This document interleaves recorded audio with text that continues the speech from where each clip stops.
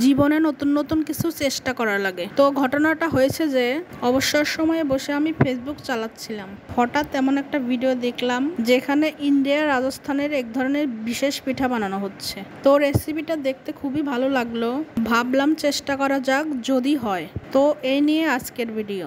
এই রেসিপিটা বানানোর জন্য আপনারা প্রথমে ফ্রিজে বরফ জমায়ে নেবেন, তারপরে একটা পাত্রে ঘি গরম করে নিলাম। সেই ঘিয়ের মধ্যে বরফটা অনেকক্ষণ মাখালাম। মাখাতে মাখাতে আমার হাতটায় বরফের জন্য ছিটকে আসতেছিল। বরফ তো প্রচুর ঠান্ডা। মাখাতে মাখাতে এক পর্যায়ে ঘিয়ের মধ্যে জমাট বাঁধতে শুরু হবে। দেখতে কিছুটা এরকম লাগবে।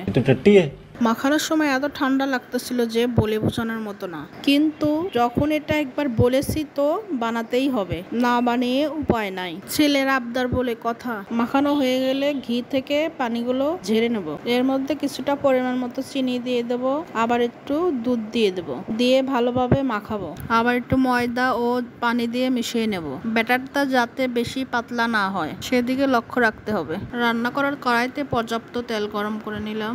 এবারে ভাজার সময় এসেছে। আমি যেভাবে দেখাচ্ছি সেভাবে ভাজবেন। হাই হাই, এটা কি হলো আমার সাথে? লেবু দিতে আমি ভুলে গেছিলাম, এই জন্য দুর্ঘটনাটা ঘটে গেছে। ভাবলাম কি আর হলো কি। মাঝখান থেকে ছেলে এসে বলল দুধের পরিমাণ কম হয়ে গেছে, আর একটু দুধ দাও, তাইলে হয়তো ঠিক হবে। দেখলাম সত্যি তো তাই। দুধ দেওয়ার পর পিঠাটা মোটামুটি ঠিক হয়েছে।